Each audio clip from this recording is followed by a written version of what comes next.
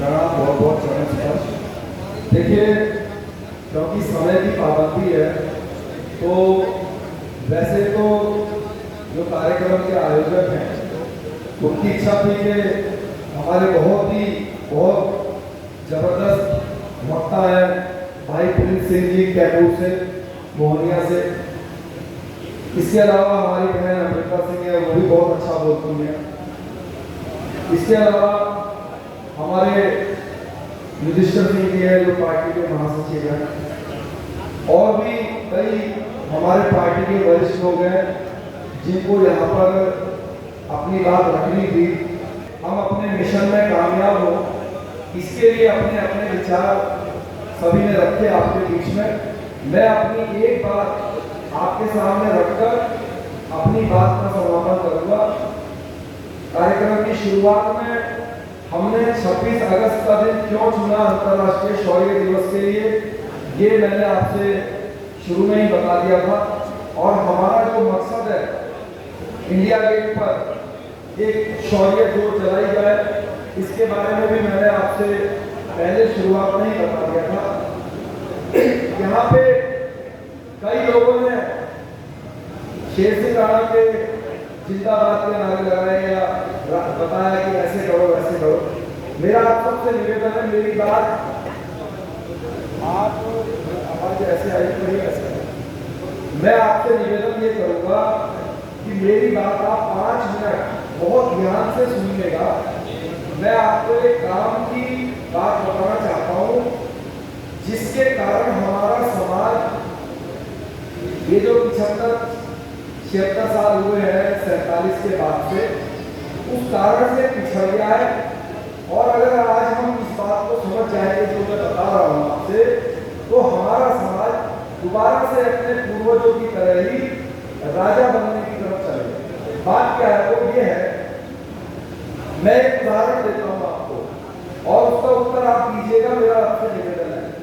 उदाहरण ये है कि मान लीजिए कल किसी मुद्दे पर, और मुद्दा मान लीजिए यह है कि कल जो है आरक्षण की समय सीमा, आपको मालूम है आरक्षण दिया जाता है, हमें कोई बहुत समस्या भी नहीं है उससे। कल आरक्षण की समय सीमा मान लीजिए समाप्त हो रही है।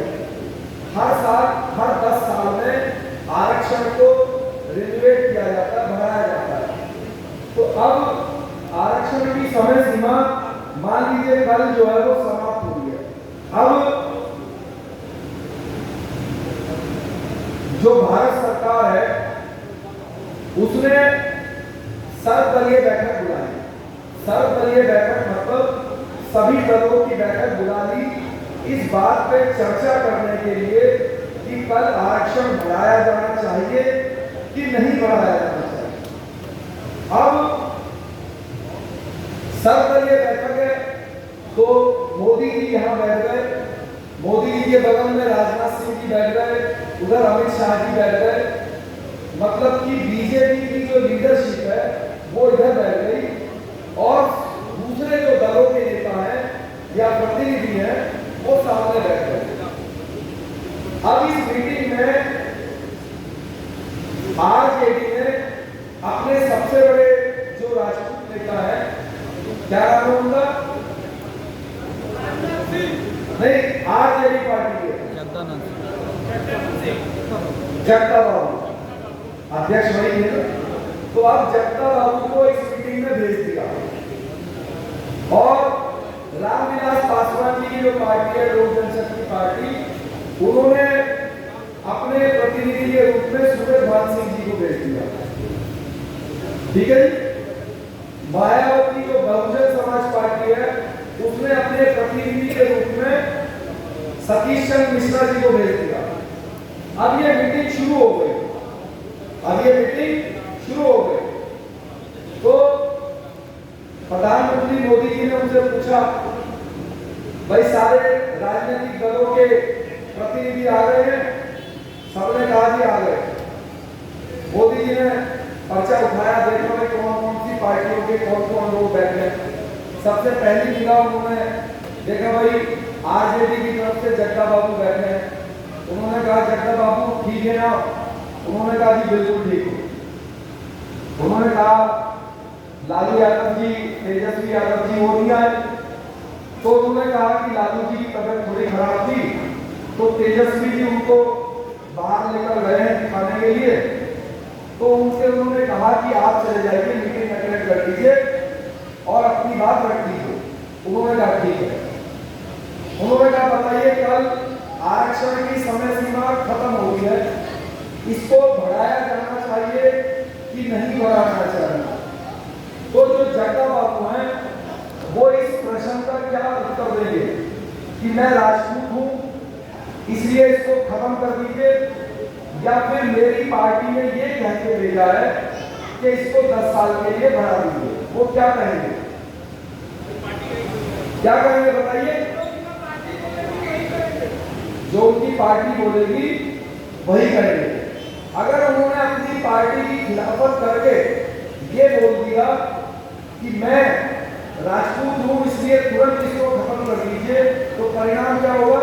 परिणाम ये होगा कि जब वो ये बोल के उस मीटिंग से इस बाहर जाएंगे तो विदेश से फोन आएगा, तेजस्वी जी कहेंगे कि आपको पार्टी से हमेशा के लिए बर्खास्त कर दिया गया है और आप आज के बाद हमारी पार्टी के नहीं हो। एक लेटर वो सरकार के लिए लिखेंगे कि मोदी जी कल हमारे प्रतिनिधि का दिमाग थोड़ा सा चल गया था इसलिए उन्होंने ऐसी बात बोल दी। हमारी पार्टी का ये कहना है कि 10 साल के लिए नहीं 20 साल के लिए बढ़ा दीजिए, हमारा कल के जो उनका बयान था उससे कोई लेना देना नहीं है। यही होगा। अब आया नंबर मायावती जी की पार्टी बसपा का सतीश चंद्र मिश्रा जी, उनसे भी यही पूछा आज मिश्रा जी आप बताइए इसको बढ़ाना है कि नहीं बढ़ाना है? तो वो क्या कहेंगे कि मैं पंडित जी हूँ मत बढ़ाओ, ये कहेंगे या ये कहेंगे कि मेरी पार्टी मेरे झंडे ने ये कहा है कि इसको बढ़ा देंगे? क्या कहेंगे? क्या कहेंगे? तो एक प्रश्न यहाँ पे बैठा हुआ हर आदमी अपने से हमेशा करता है। आप समाज के बीच में गांव में चले जाइए, अच्छे पढ़े लिखे के पास चले जाइए, वो हर समय एक रोना धोना करता है कि हमने इनको इतना बड़ा नेता बनाया, ये हमारे पक्ष में विधानसभा और लोकसभा में बोलते क्यों नहीं है? ये बोलते हैं ना आप लोग, तो वो कैसे बोलेंगे? वो अपनी पार्टी की बात बोलेंगे वहां पे, जो उनका झंडा उनको कहेगा, चाहे वो शेर सिंह राणा ही क्यों ना हो। मैं आपकी जानकारी के लिए बता दूं, किसी को ये गलत फहमी हो कि शेर सिंह राणा बहुत पूर्णतः राजपूत है, मेरी बोलती उसी दिन बंद हो जाएगी जिस दिन मैं दूसरे के झंडे से विधायक या सांसद बन के वहां बैठ जाऊंगा। अगर मैं खुद आप मुझे ये बताइए, अगर मैं खुद बीजेपी से सांसद बन जाऊं तो जो मुझे मोदी जी कहेंगे वही बात बोलूंगा कि नहीं बोलूंगा? अगर मैं आरजेडी से बन जाऊं तो जो लालू जी बोलेंगे वही बोलूंगा कि नहीं बोलूंगा? अगर मैं नीतीश जी के झंडे से बनूं तो जो वो बोलेंगे मैं वो बोलूंगा। यानी कि मैं वो शब्द बोलूंगा जो मेरी पार्टी झंडा बोलेगी, और पार्टी झंडा एक विचारधारा होती है। तो अगर आप ये बुलवाना चाहते हो कि आरक्षण जाति नहीं आर्थिक आधार पर दिया जाए तो उसका क्या तरीका है?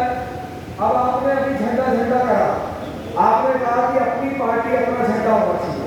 अब अपनी पार्टी से आपने जो गया लोकसभा क्या है? रिजर्व है कि नहीं? गया लोकसभा क्या है? आरक्षित है। अब गया लोकसभा से या सासाराम लोकसभा से आपने एक अपना लोकसभा सांसद राष्ट्रवादी कांग्रेस पार्टी से जितवा लिया सासाराम से, और मान लीजिए सासाराम से जीता हुआ लोकसभा सदस्य हमारी कोई, मान लीजिए हमारा कोई एससी समाज का भाई है, उसका नाम है रामपाल पासवान, ठीक है। अब हमारे पास भी लेटर आया कि भाई इसमें आप ही अपना प्रतिनिधि भेजिए। अब हमारे पास एक सांसद है, हमने भी उस मीटिंग में वो सांसद भेज दिया। अब मोदी जी ने कहा भाई ये राष्ट्रवादी कांग्रेस पार्टी की तरफ से कौन है? उसने कहा कि मैं हूँ पासवान। उन्होंने कहा अच्छा। उन्होंने कहा शेर सिंह राणा जी नहीं आए? उन्होंने कहा जी वो तो बाहर गए। डॉक्टर साहब नहीं आए? उन्होंने कहा कि डॉक्टर साहब भी कुछ विदेश गए हैं किसी काम से और मुझे भेज दिया है। डॉक्टर साहब ने कहा और सुनील सिंह जी ने कहा कि आप चले जाइए। तो चलिए ठीक है, मोदी जी ने बताइए आपका क्या कहना है। तो वो क्या बोलेंगे कि जी मैं दलित हूँ इसलिए तुरंत इसको बढ़ा दीजिए, या ये बोलेंगे कि जी गरीबी जाति देखकर नहीं आती, गरीब गरीब है, गरीब चाहे किसी भी जाति का हो उसको आप आरक्षण दीजिए, हमें कोई आपत्ति नहीं है, आप आर्थिक आधार पर आरक्षण दीजिए। तो अगर उसने ये नहीं बोला और ये बोल दिया कि मैं तो जी एससी हूँ और इसको तुरंत आप बढ़ा दीजिए, परिणाम क्या होगा कि जब वो ये बोल के बाहर आएगा इस मीटिंग से तो डॉक्टर साहब सुनील सिंह जी फोन करेंगे कि भाई आपने हमारी पार्टी के खिलाफ बात करी, आपको पार्टी से बाहर निकाल दिया। और अगले दिन लेटर लिख के देंगे मोदी जी को, मोदी जी हमारी पार्टी का ये कहना है कि गरीबी जाति देखकर नहीं आती, गरीब चाहे भूमियार हो, राजपूत हो, हमारा कोई एससी समाज का भाई हो, हमारा पासवान भाई हो, हमारा यादव भाई हो, किसी भी जाति का गरीब हो, गरीब गरीब होता है, हर गरीब को आरक्षण दीजिए, जाति के नहीं आर्थिक आधार पर दीजिए। तो हम उनको लेटर को ये लिख के देंगे। तो आप में से जितने भी लोग अपनी जिंदगी में कभी ये शब्द कहलवाना चाहते हैं तो ये शब्द कहने वाला होगा आपकी पार्टी का चाहे कोई भी सदस्य है, बिहार विधानसभा, लोकसभा दिल्ली, जब भी वहां पे बैठेगा तो आपके ये शब्द को बोलेगा। और अगर आप इस गिनती में रहोगे, अभी हमारा समाज क्या मुरब्बा करता है, वो गिनती करता है कि हमारे राजपूत 10 सांसद हैं। अरे भाई वो 10 राजपूत हैं, लेकिन वो जिस पार्टी से हैं उन्हीं की बात रखेंगे। अभी जो है सिवान से जनता दल यूनाइटेड की सांसद राजपूत है और आरा के बीजेपी से सांसद भी राजपूत है। क्या वो एक दोनों की पक्ष की बात कभी कर सकते हैं कि हम दोनों राजपूत हैं, हमारी तो एक ही बात है, बोल सकते हैं? अरे भाई वो जेडीयू की बात बोलेंगे, ये जो है अपनी भाजपा की बात बोलेंगे कि नहीं? तो विचारधारा पार्टी की चलती है, व्यक्ति की नहीं चलती। और आनंद मोहन सिंह जी हो चाहे शेर सिंह राणा हो, अगर हम अपने झंडे के साथ विधानसभा में बैठेंगे तो हम अपनी बात रखेंगे, अगर हम दूसरे के झंडे के साथ वहां पे बैठेंगे तो हमारी जुबान पे टेप लगेगी, हम कुछ बोल नहीं सकते। बोल सकते हैं तो बता दो। आज तक किसी माइके लाल ने पार्लियामेंट में ये बोला कि मैं राजपूत हूँ या मैं भूमियार हूँ, पंडित हूँ, ये ऐसे करो। वो तो ये बोलता है मेरी पार्टी ने ये कहा है कि ऐसे करो। तो जब वो पार्टी की बात रखेगा तो आपका ये सोचना या ये सपना कि भाई ये इतना बड़ा हमने नेता बनाया, इतना बड़ा है ये, वो तो किसी काम का नहीं है। तो मेरा निवेदन है, मेरी बात समाप्त हुई। जो आप बार बार ये बोलते हैं कि भाई हमारे नेता क्यों नहीं बोलते हैं, तो वो इस कारण से नहीं बोलते हैं क्योंकि वो अपने झंडे से नहीं है। जिस दिन आप अपने यादव भाइयों की तरह, कुर्मी भाइयों की तरह, निषाद भाइयों की तरह, अपने माझी समाज के भाइयों की तरह अपना झंडा बनाओगे और अपने झंडे से, चाहे अपना देखिए अपने झंडे से अगर कोई अपना राजपूत भाई विधायक या सांसद बने तो वो तो है सोने पे सुहागा, लेकिन अपने झंडे से अगर कोई अपना दलित भाई भी सांसद विधायक बने, कोई पिछड़े समाज का भाई भी बने, तो भी वो आपके काम का है, वो आपकी बात बोलेगा। लेकिन अपना कोई सगा भाई भी अगर शेर सिंह राणा भी किसी दूसरे के झंडे से विधानसभा लोकसभा पहुंचेगा तो कभी आपके पक्ष में बात नहीं रख पाएगा। यही कारण है कि कई बार हर पार्टी से मेरे को प्रत्याशी बनाने की बात हुई, कांग्रेस ने मुझे ऑफर दिया, बीजेपी ने ऑफर दिया, हर पार्टी ने दिया। लेकिन मैं जब ये समझ गया कि अगर मैं इनकी पार्टी से विधायक सांसद बनूंगा तो जो ये कहेंगे मुझे करना पड़ेगा, तब तो मैं अपने समाज के पक्ष में कुछ बोल ही नहीं पाऊंगा। क्या तब हमारी हिम्मत थी कि हम ये अंतर्राष्ट्रीय शौर्य दिवस कर देते? बताइए, हिम्मत? अरे बोलते टेलीफोन आता हमारे अध्यक्ष जी का, वो कहते बोलते हैं तेरा दिमाग खराब है, क्या राजपूत राजपूत कर रहा, हमें दूसरों की भी वोट लेनी है, कोई तेरे घर की पार्टी है तो प्रोग्राम करके बैठेगा, बोलता कि नहीं।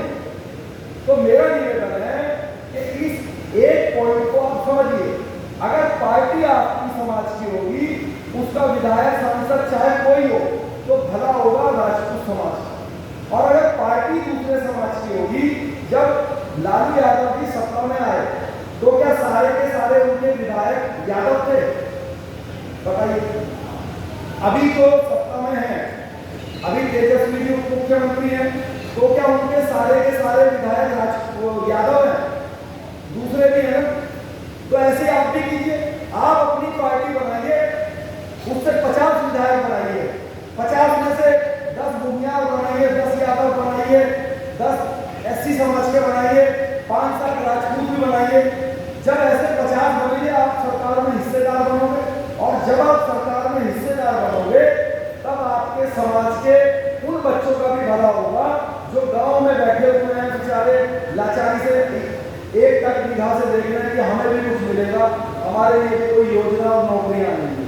तो अगर आप उन समाज के बच्चों का भला चाहते हैं तो आप अपना झंडा बनाइए, और दूसरे रास्ते से सिर्फ उन्हीं का भला होता है। इसका मान लीजिए कोई आरजेडी से विधायक बन गया तो विधायक जी को तनख्वाह मिलेगी 2 लाख 4 लाख, 50-100 करोड़ कमा लेगा।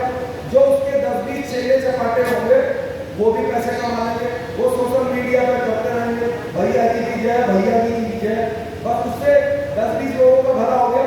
लेकिन उससे बोलो कि भाई कुछ राजपूत बच्चों की नौकरी लगा दो, वो कहेगा भाई नौकरी नहीं लगा सकता, नौकरी तो लगाएगी मेरी पार्टी, समझ गया आपने।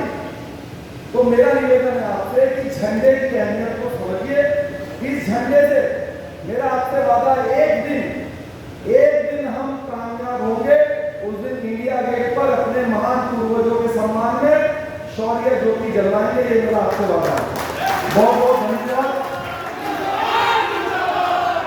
बहुत बहुत धन्यवाद, बहुत बहुत आभार, आपने अपना कीमती समय दिया। जय हिंद।